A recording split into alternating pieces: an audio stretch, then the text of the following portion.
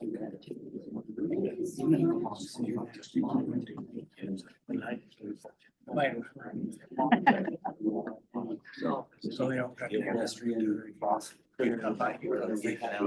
you go.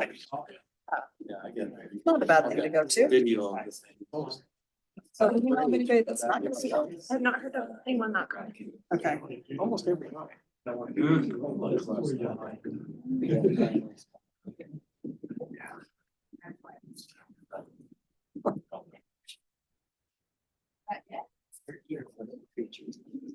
There's Jake.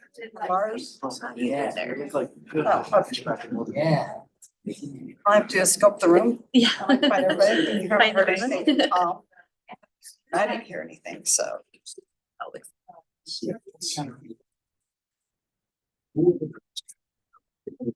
Set off my alarm.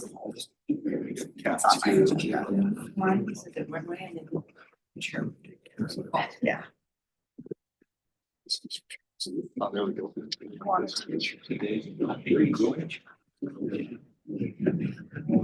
Probably clear. I did not want to. Anyway.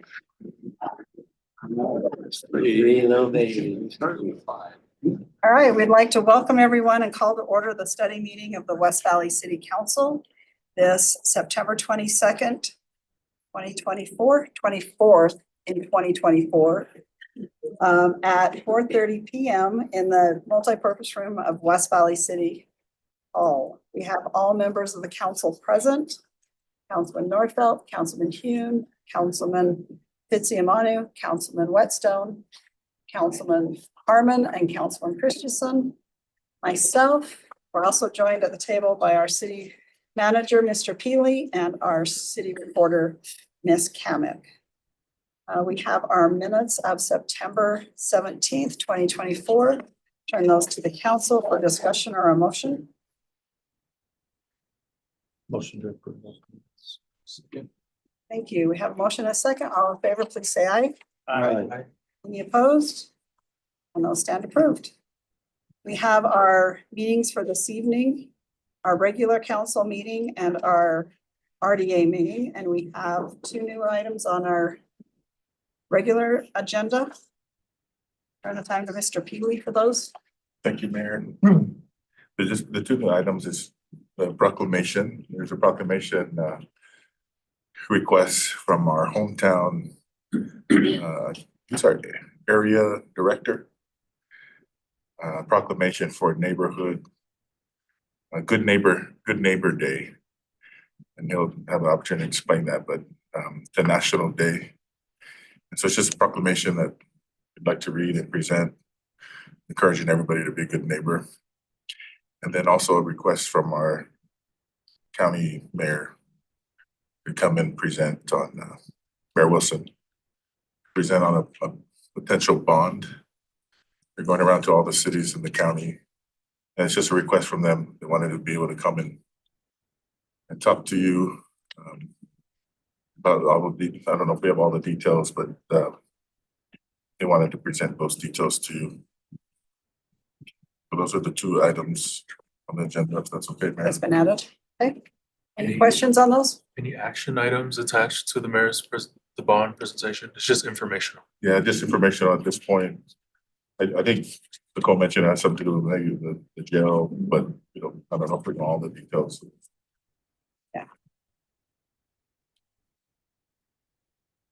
Does anyone want to volunteer to read the National Good Neighbor Day proclamation? Okay, thank you, Don. All right, and there was no adjustments on the RDA meeting, correct? Okay. All right, anybody else have any questions on tonight's meetings? Okay, seeing none, we'll move to our public hearing scheduled for October 8th, and it's to reopen our fiscal year budget. I'll turn the time over to Mr. Welch.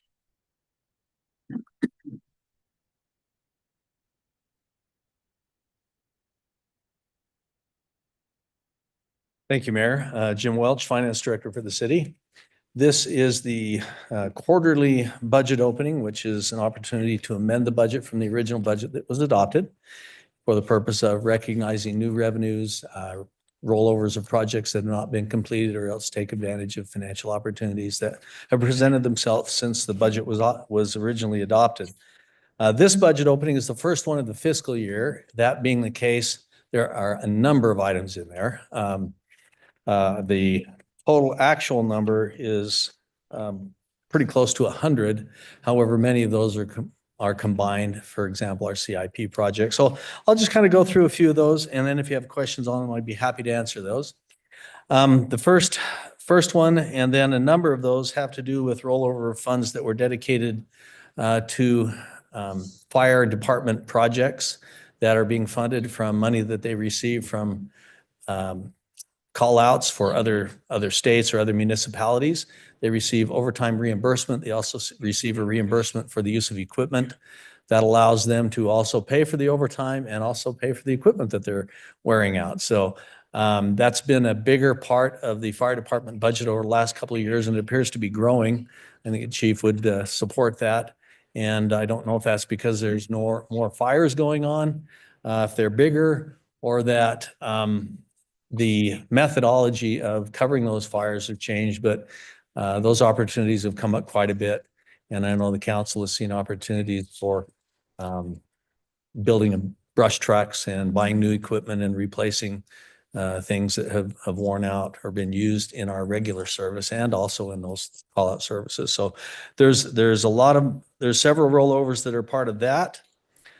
You also mentioned the My Hometown project. When we received donations that are for specific projects, there's a couple of budget openings with relation to the My Hometown projects. Those money can't be spent on anything else. And they were received in the previous fiscal year. And so those are called rollovers also. Majority of the rollovers have to do with projects that haven't been completed. For example, the Parks and Rec projects, Family Fitness Center, Harmon Senior Center donations, those total $1.2 million. And there's a number of projects that have not been completed or else that were included in the CIP or the capital improvement plan. In the public works projects, I was telling Dan, he's the winner this rollover. That totals a little bit over $31 million in projects. Most of those are road infrastructure projects. Some of them are stormwater. But those are projects that sometimes take multiple years. Also, they're generally from dedicated funds from our C roads money or else from sales tax that we receive that can only be used on these projects.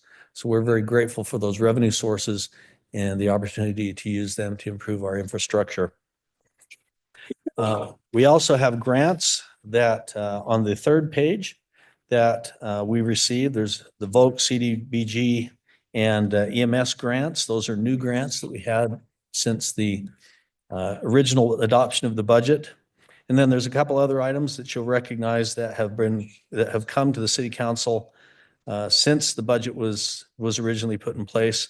For example, some of the transfers from the administration and the central services have been put into a new emergency management division. And some of those budget transfers are included in that. There's also the impact fee analysis that the public works folks were talking to you about a few weeks ago, where it's been quite a while since we've analyzed the charges that are going with our impact fees. That's ongoing. There are some police fire equipment and then again, reimbursements from the fire department deployments. So I think that pretty much summarizes on a very high level. If you have questions about it, I'd be happy to answer those. Okay, any questions from the council?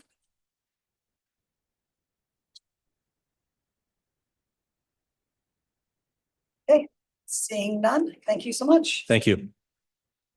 All right, we'll go to our resolutions and we'll start with Chief Evans with our training agreement with Lone Peak Hospital and Northern Utah Hospital.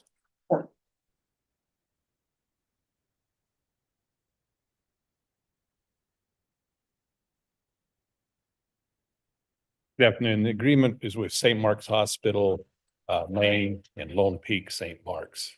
What this is for our critical care paramedics to go into the ORs and do intubations. They're required to do so many innovations to keep our certification. It's a training opportunity, and St. Mark's has been willing to host us to do that. So our medics will be going into their operating rooms and doing the innovations. That's nice. Okay, any questions from the council? Thank you. Yeah. All right, we'll now go to resolution 24-143. Turn the time over to Mr. Johnson, garbage cans.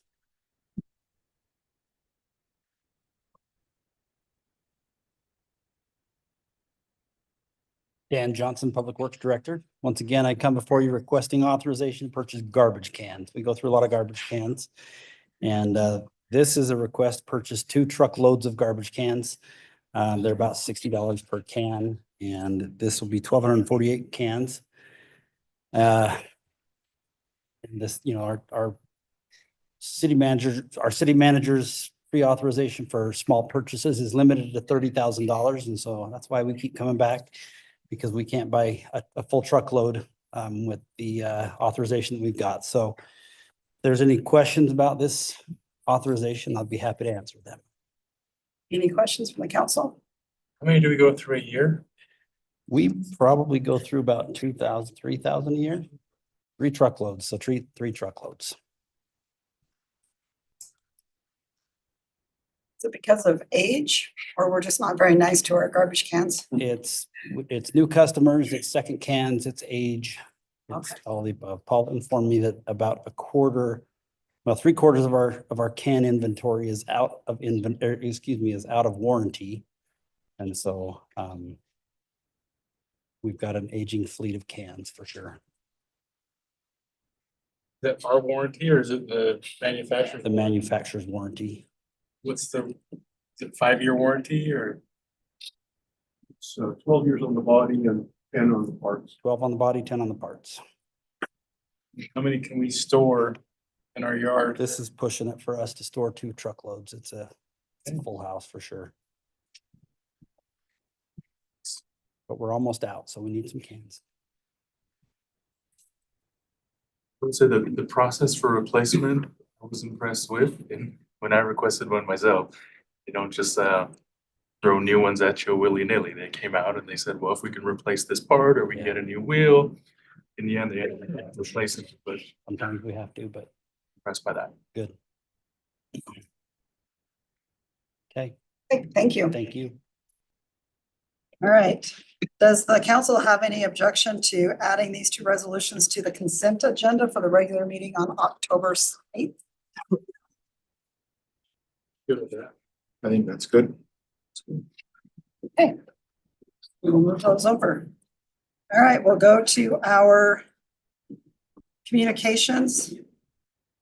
And Sophia, I'm sorry, I forgot how to say your last name. Okay, I'll let you come up and give your presentation on soft air guns. Or airsoft guns. Thank you for having me. My name is Sophia Schwankel, and I'm here to talk about airsoft guns in our public parks. So just to start off, how many of you guys know what an airsoft gun is? Okay.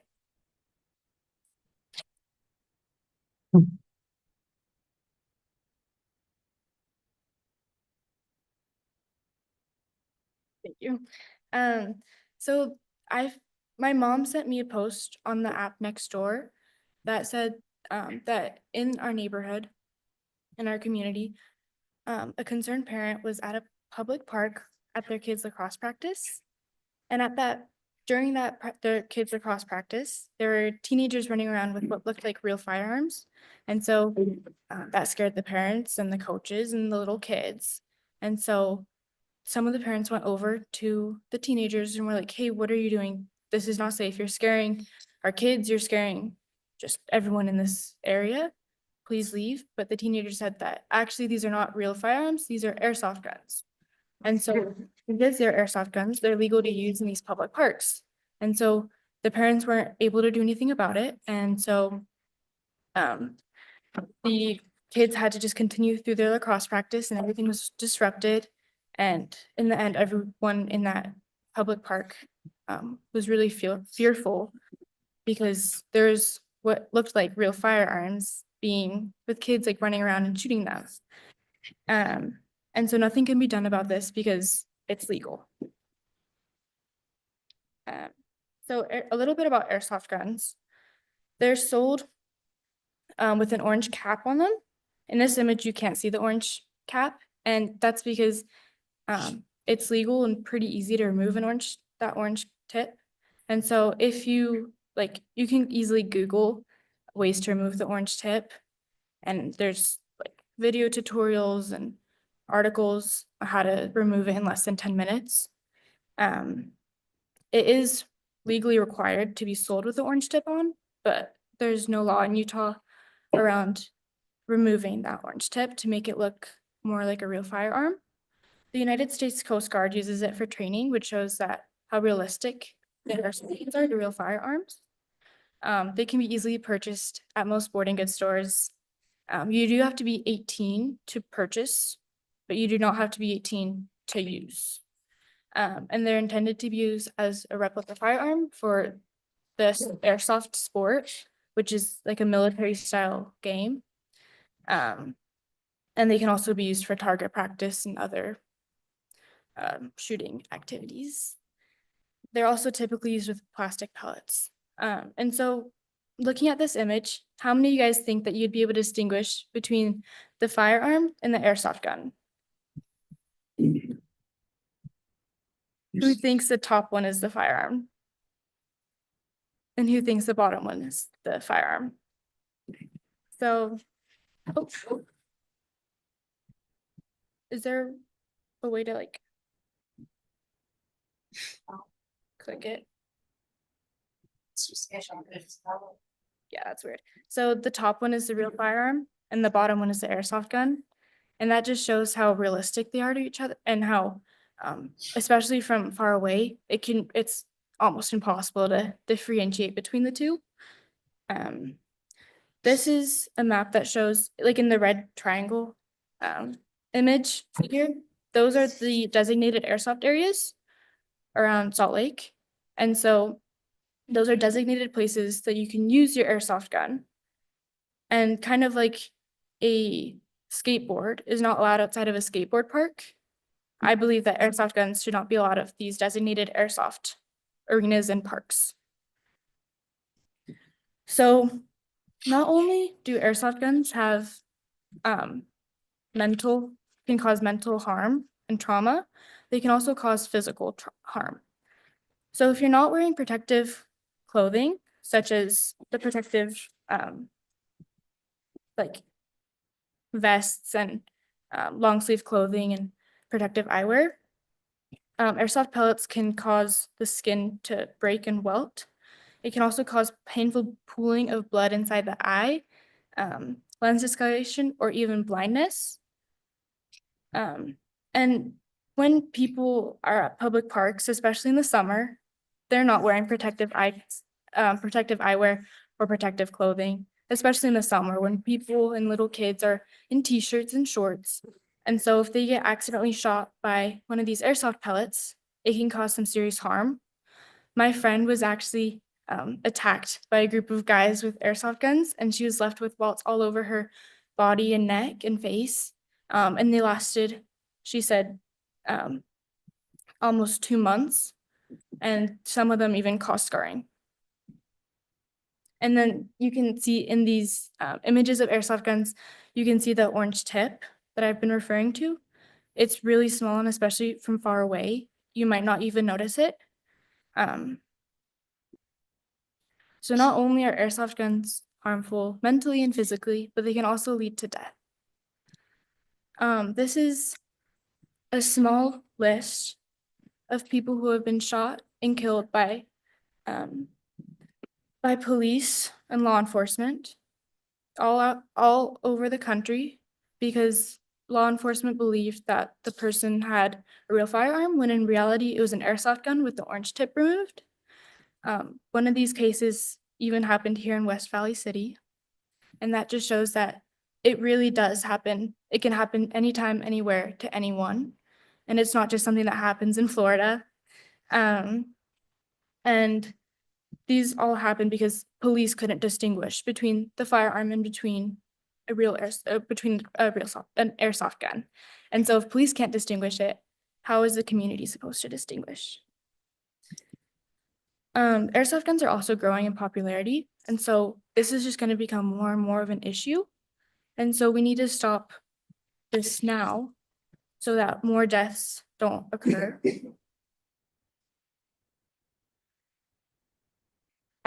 So North Ogden, Centerville, South Jordan, and South Ogden all have laws restricting the use of airsoft guns.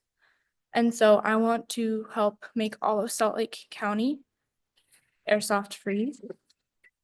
I've spoken to Martin Jensen and Patrick Leary, who both supported my advocacy, but told me to focus a little bit more on how enforcement would look. And so I spoke to my school officer, Brian Johnson, who explained that on school property and school parks, airsoft guns aren't allowed 24/7, 365 days a year. And then I spoke to officers at UPD who confirmed that this is an issue.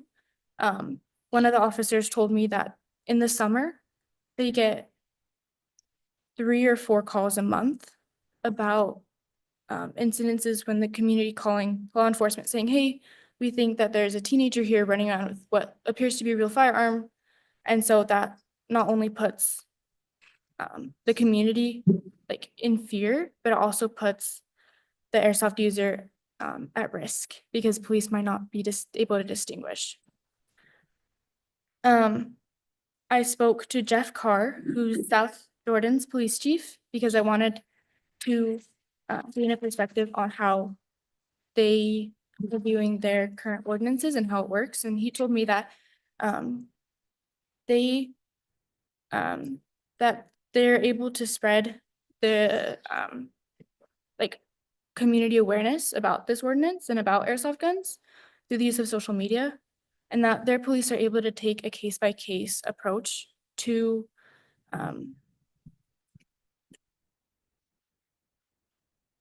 enforcing, thank you, Robin, to enforcing the ordinance. And so in the more serious cases, they're able to criminally charge the person, but in the less serious cases, they're able to take an educational approach and explain that, hey, this is not smart, and explain why, because the community can be scared. It puts you also in danger. And hopefully that education can lead to a safer environment and community. In 16 states, it is illegal to remove the orange tip from an airsoft gun. And in 21 states, it is illegal to discharge an airsoft gun in a public space. And so I'm here to ask you guys to ban airsoft guns in public parks and to ban the removal of orange tips from airsoft guns. Any questions? Any questions?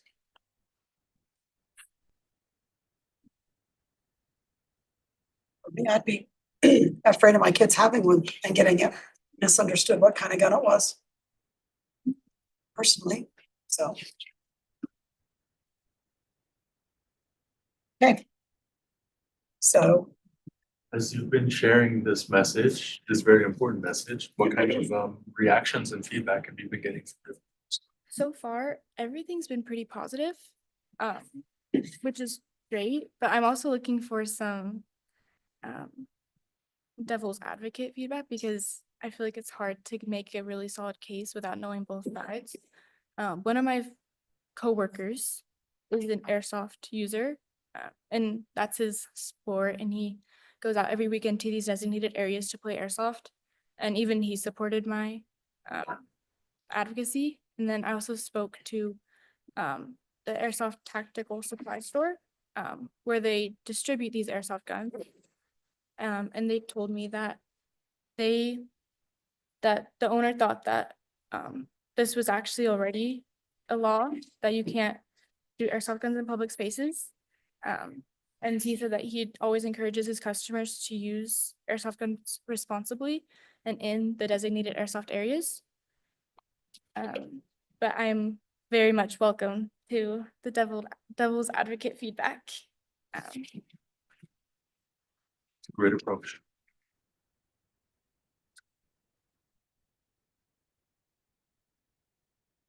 Any other comments? Questions? Okay.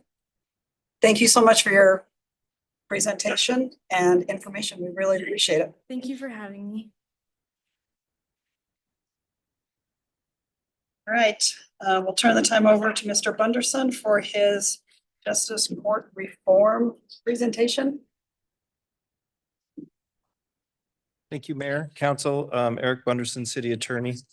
If we were to pass an ordinance banning airsoft guns or banning the removal of the little orange thing, most likely that would come to our Justice Court, and same if the state did it. And that's what I'm here to talk about tonight, is Justice Court reform. Going to do a little review for you with a few notes. So I'll just put them up there first. It's hard to do both. I'll just have to remember where they are as I talk. Okay, so again, just for a little review, when crimes happen in West Valley City, they are prosecuted in a couple different places. So for your capital or first-degree felonies, second-degree felonies, third-degree felonies, those aren't prosecuted by our prosecutors. Those are prosecuted by the district attorney. And those cases go to the Matheson Courthouse downtown. So if our cops are subpoenaed to go testify in a case or a trial, that's where they go. Class A's, B's, C's, and infractions. Am I getting that right? Those are all prosecuted by our in-house prosecutors. But the Class A's also go to the Matheson Courthouse. So our prosecutors at any given time are in two different courthouses. And that works fine. These are the more serious cases. The Class A's are often the more serious misdemeanors. Those are DUIs with injuries, domestic cases with some, pretty bad injuries, serious bodily injury, and so forth. And so the system actually works okay with the A's there. So our justice court that we own is the Class B's, Class C's, and infractions. So these are your speeding tickets. These are where most normal people who just occasionally deal with law enforcement end up with speeding tickets, shoplifts, first-time DUIs, domestics that don't have a lot of injury. This system has been working pretty great for us ever since we opened the Justice Court many years ago.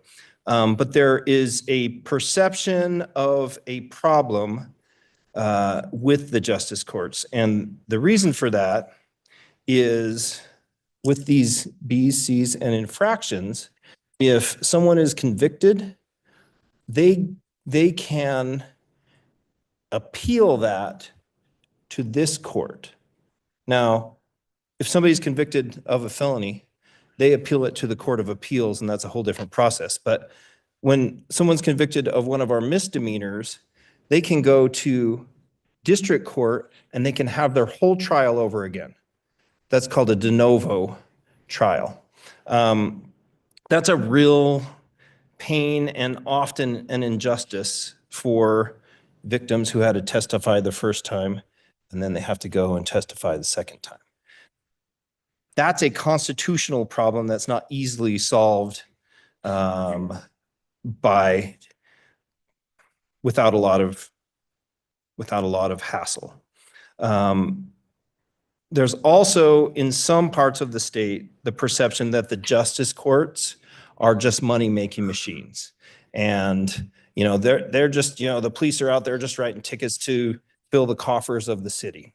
So because of those two things, for a number of years, there's been efforts at reform in the legislature. They've done a couple of things that have really helped, but they haven't changed the structure of this.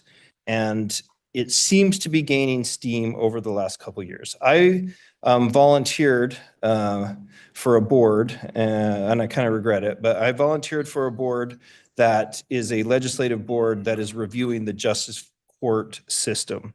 And that's what I wanted to report on you, to you today. The proposed solution, the last one we heard, is that the state runs the district courts, remember.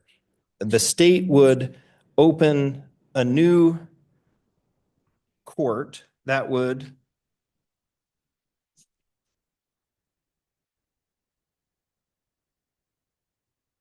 just house the Bs and Cs. The infractions would stay in the justice courts with the cities, and then all this stuff would stay at the Matheson or whatever the courthouse is. So that's kind of their latest proposal. The fiscal note attached to this, as far as just sort of a rough back of the napkin idea, was about 54 million, perhaps ongoing year after year. So after the committee heard that, they have not met again, the board that I'm on, the committee that I'm on. So yeah, I don't know and I'll keep you updated on that, but that's the current situation. The goal was they were going to write some changes in the statute that would make that happen.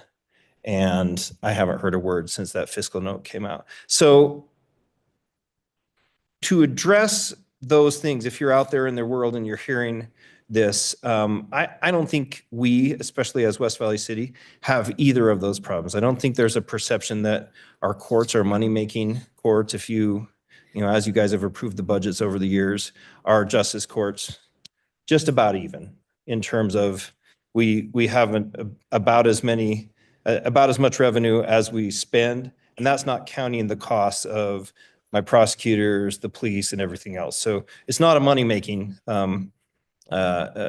enterprise by any means. It is, however, in our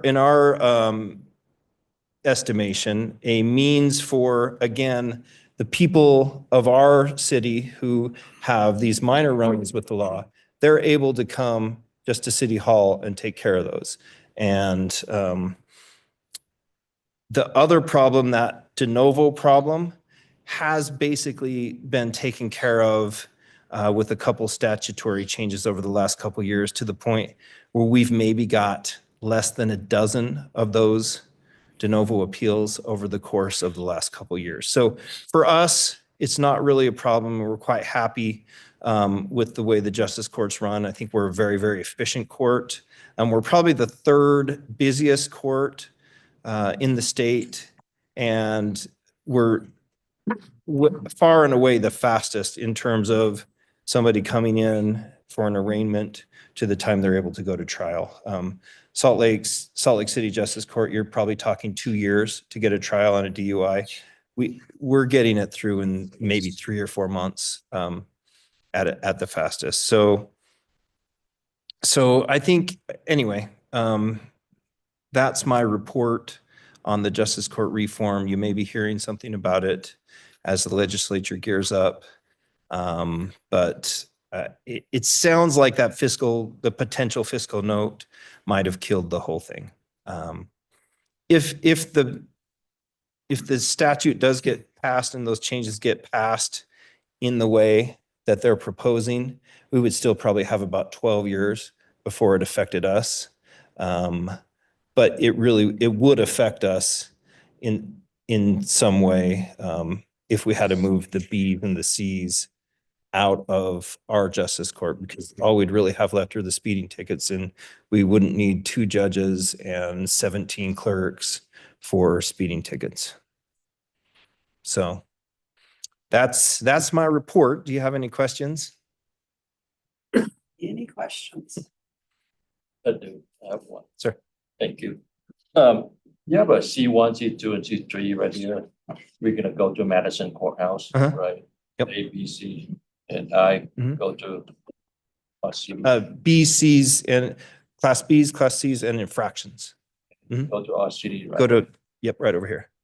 How about Magna? Are they gonna use So yeah, that's a really good question. The county justice court has, there's a big process you have to do to shut down a justice court. You can't just like say that you don't want it anymore. You have to go through the legislature and the administrative office of the courts to shut it down. And the county has begun that process. They've signaled that they want to shut down their justice courts. So that's where your Magnas, your Kearns, your other unincorporated places send all of their misdemeanor cases.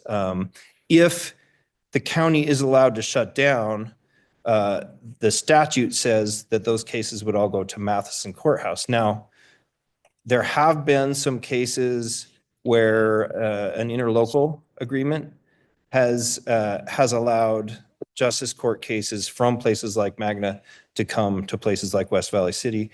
We haven't talked about that for over a decade, probably, but it's possible. It would we'd have to make some adjustments. We'd have to figure out what that looks like. There's a revenue split for the tickets. To have to figure out who's prosecuting the cases, who's providing a public defender. It certainly can be worked out, but there hasn't been any discussion, like I said, for about a decade of combining justice courts.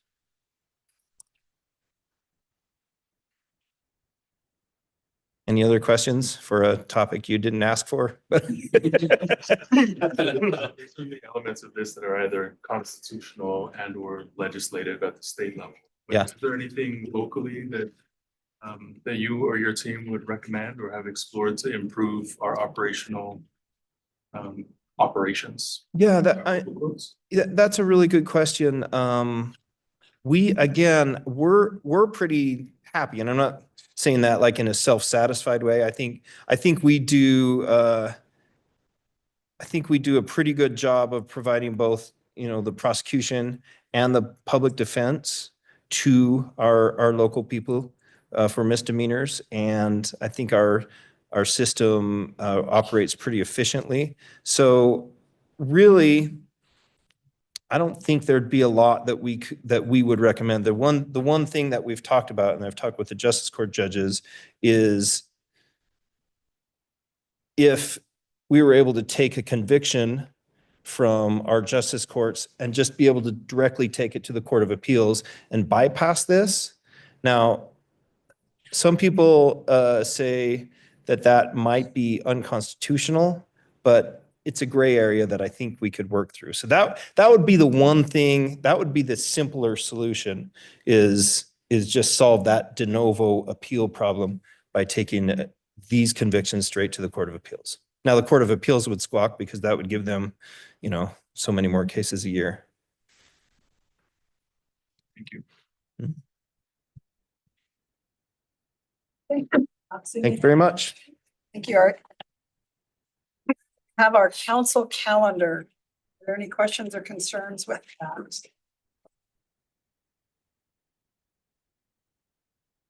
Just saw that the Dowdle thing's October 3rd. Is there an event or is it just? I believe there is, and I will confirm with Sam. That is, And there will be, I'm sorry, oh, and it looks like Roxanne is actually online and able to address that if yeah, you'd like. she has her hand raised. Alright. Hi, are you able to hear me? Yes. Yes, the event is Thursday, October 3rd at 5:30 p.m. and it will be at the Cultural Center. Right now, Sam is working on the agenda with Craig Thomas, and you can have that agenda a little bit later this week. So on our calendar, it says it's in conjunction with, oh no, that's just that. So never mind, delete that.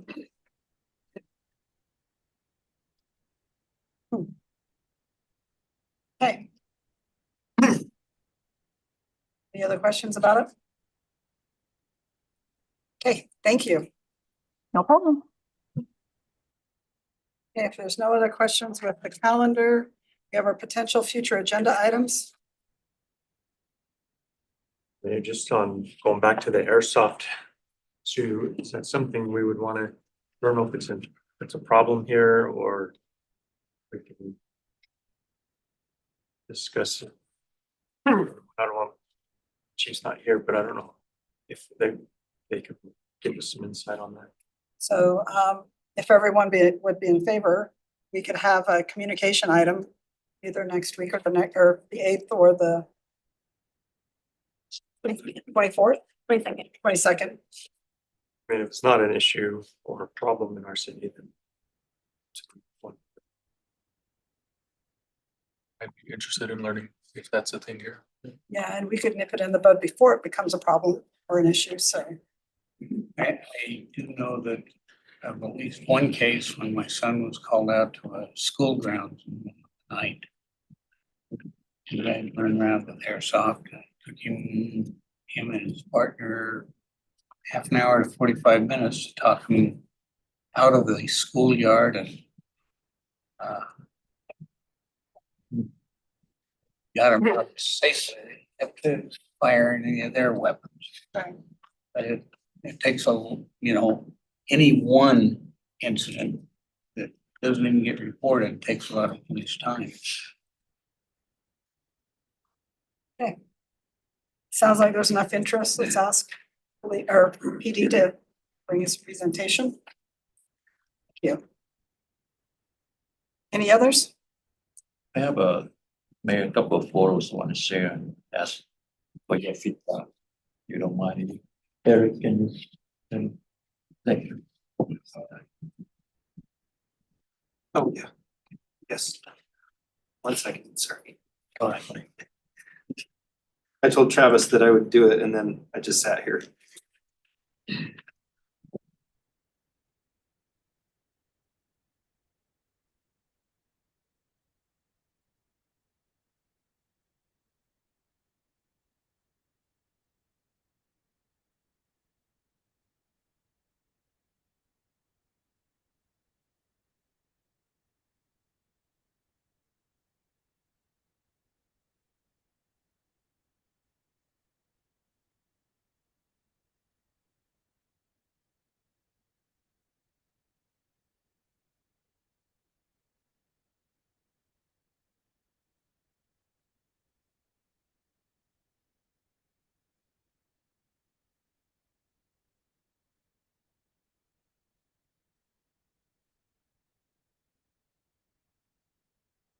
Yeah, you can go through it, Eric.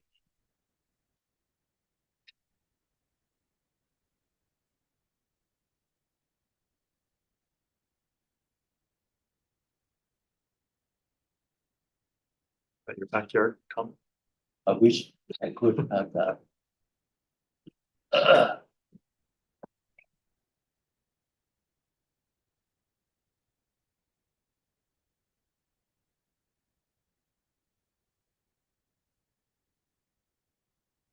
That's what, that's the last one. That's the last one. Okay, that's what I was talking about. I'm thinking about maybe from today and for the future, from today in the future. If we have 200 units and above, I think we can ask them to do something like this, like the AI. Three reasons. The reason number one is we have to fight for residents in our city. They have a place to hang out with the kiddo. They can have a place to touch the water with mommy. Children can have a place to do the waterfall. Adults can swim, and junior people can have use the flowing area. Because 200 units is going to be a lot of people, and I hope this is going to be good for them to serve them well. The second thing is about if we want to be a better city, special or unique city, I think we change it a little bit here and there to make it our city different than other cities on the street, like the road way down, see that Hazelville, West Jordan and South Jordan, other cities. I think that we need to change a little bit here and there. I don't want to talk in the past anymore. But the thing is, 200 units and above, I would love to do something like this, and I just ask your feedback. You wanna do that or you don't want to do that, that'd be okay with me, but I think we gotta do something for our residents here in our city. In the summertime, they can afford to do something outside of this area. They can bring their kids to this place and they can do it in their area, in their property. And I think it serve them well. That I'm really concerned about. Does it make our city look better, nicer? Especially.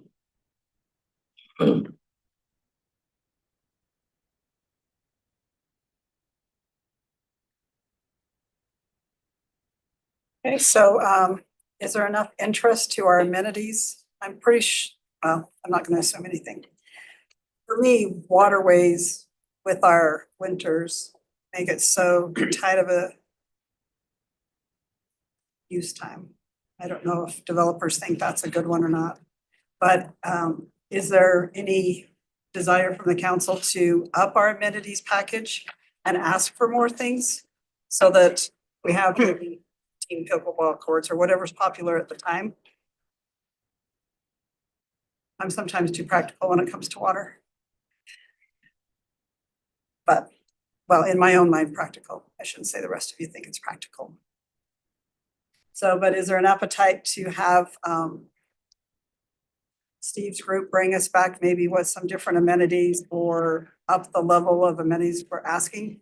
I think the 200 unit point is a good place to cut between not as much and maybe more, just because there's that many more families, even if it's just open space. You, and correct me if I'm wrong, but I think the DAI, that project is a rental townhome project. Oh, okay. Whereas other projects that we've recently approved are for sale units. And you know, any amenity you put in is going to have an effect on price, whether it's rental price or sales price. And so we have to balance those amenities, what we require, with our citizens and how are they going to be able to afford that. And I was talking today at my daytime job about tenants being price burdened by the amount of rent. And so we have to think about that. And so when I think about amenities, especially really expensive amenities like pools, like as the mayor mentioned, that only get used 3 months out of the year. When we have a great pool at Centennial, and hard for me to see that as a good use of funds, especially when it's going to end up costing the tenant or the buyer in HOA fees in the long run. So while I want great amenities and I want these awesome projects, I don't want to overburden our end user. I think builders, they are not living our city. They build and they go. And how we're gonna beautify our city. So we need to make a change here and there. Maybe the water, think that, only 3 months in the summertime, we can pickleball or something. But the thing is, we gotta show people well on that property. We don't want them to, people that maybe they cannot afford to go to a fitness center or it's really nice place too, but they don't have money to go there. What they can do with their kids? If their kids want to go swimming and waterfall and stuff like that. They can't afford the fitness center. They're not gonna like their HOA fees being. Yeah, I think one way or another, you have to come to understand that it's gonna be, you put grass and you cut grass, they're gonna charge you a lot of money too.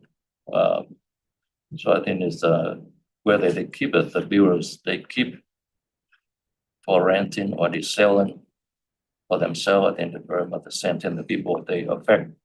But people, they stay right there, that's the people they got affected.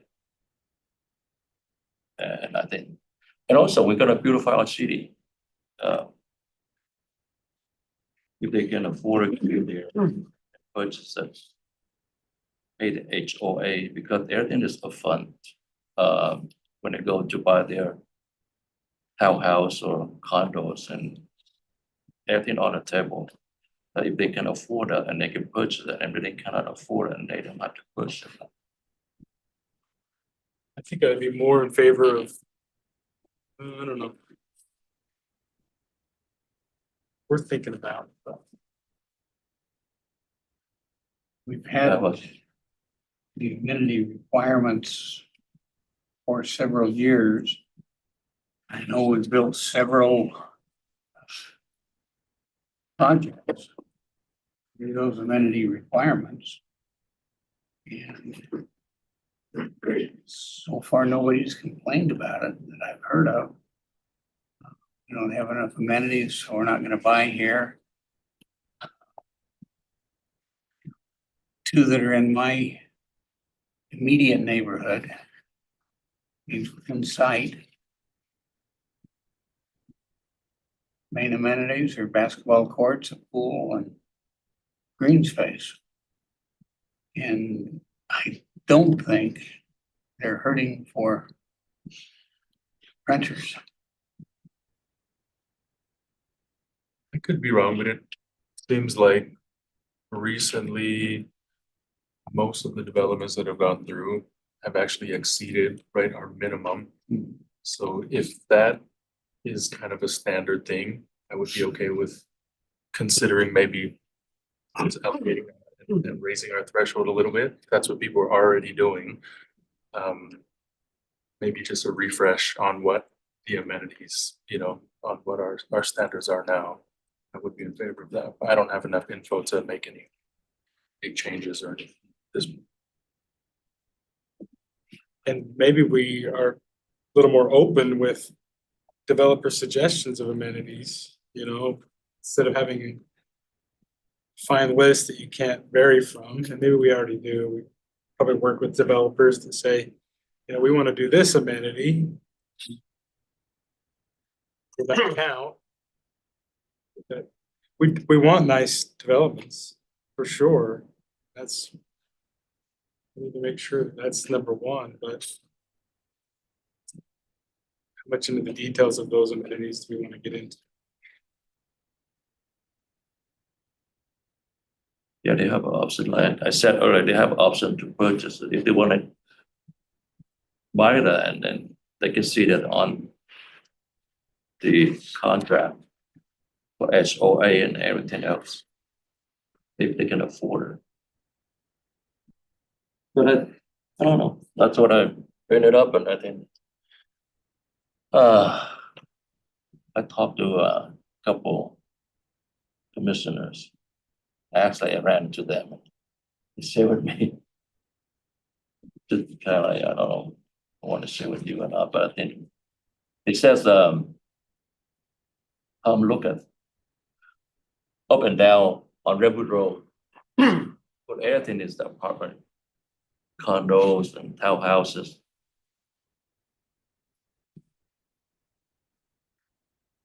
But they didn't spread them out evenly around the city or something.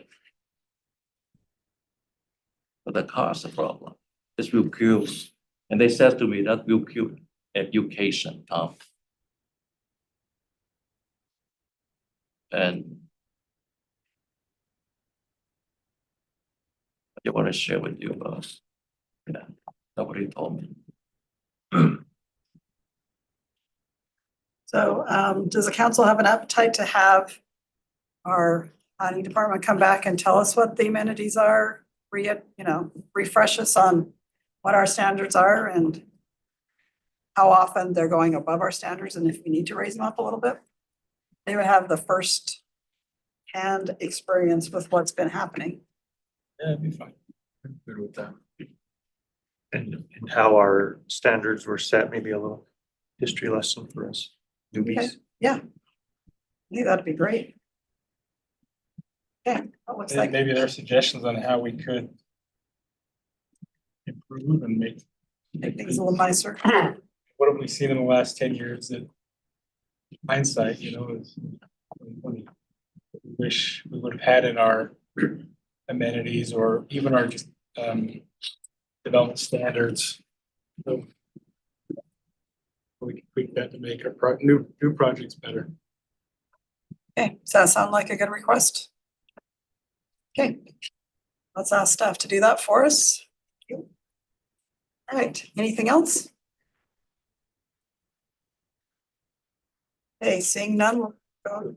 Okay. Did you have something, Mayor, that you had emailed out that you wanted to talk about? Oh, yes, thank you. Thank you for bringing my reminder brain. Yeah, remind me what it is.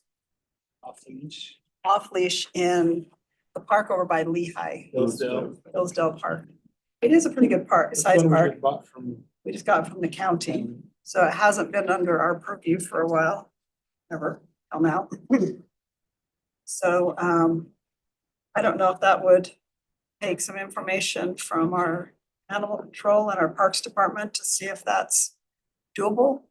And if we wanted a fenced in area or just a general area.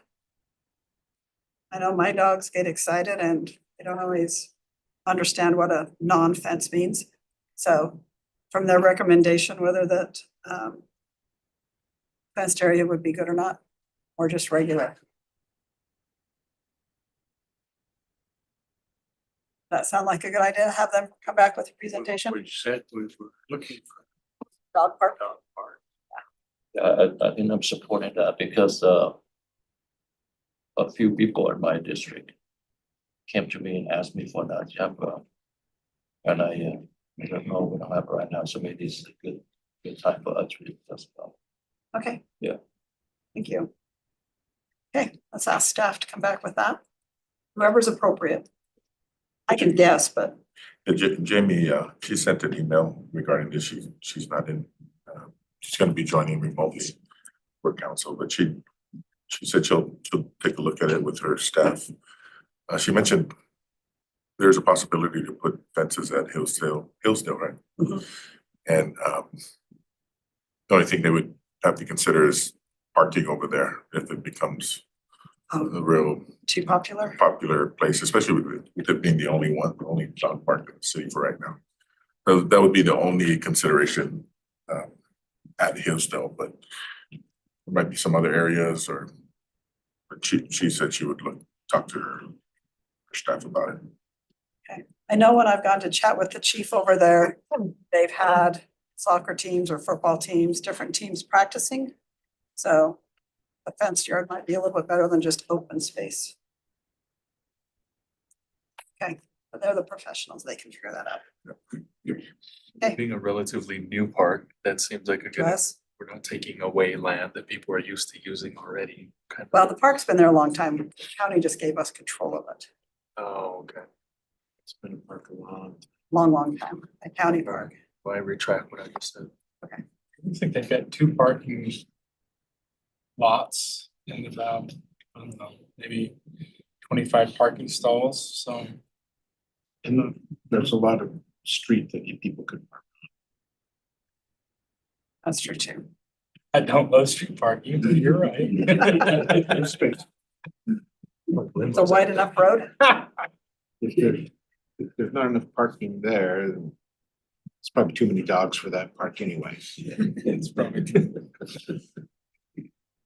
And maybe, is the community garden still happening over there? It's You know? off to the north side of it now. It's not on top of the tennis court anymore. Oh, is tennis court not there anymore? The tennis court's there. Oh, They just removed the, They just don't have a garden on top of it. yeah, they realized that you need depth, not build a garden on the top of the concrete. greenhouse, maybe a local greenhouse could help them out.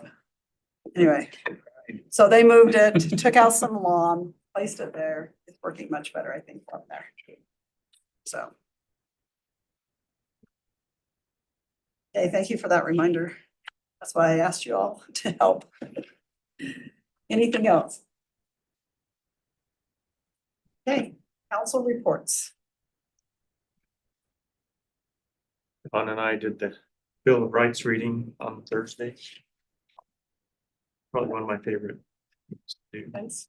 As long as they translate it for me, I can read it. They use words I'm not sure of. They did it in English too. Oh, really? Well, we had CALM here. We hosted CALM on Thursday. It was very successful. Staff did a really good job setting it up. It's the Conference of Mayors.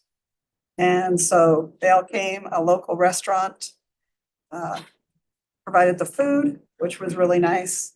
And we had good presentations and a good time, so. Heard It's there was nice. betting going on. There was what? I heard there was betting going Oh. on. Well, that's been planned for a couple months, but yeah. We did set up a service project potential, so we'll be doing that here soon. So darn Falcons had it until the very last, but it's all right. You have to have a big enough lead that the last quarter doesn't matter. So, but it was good. Nothing else? Okay, do we have a need for a closed session today?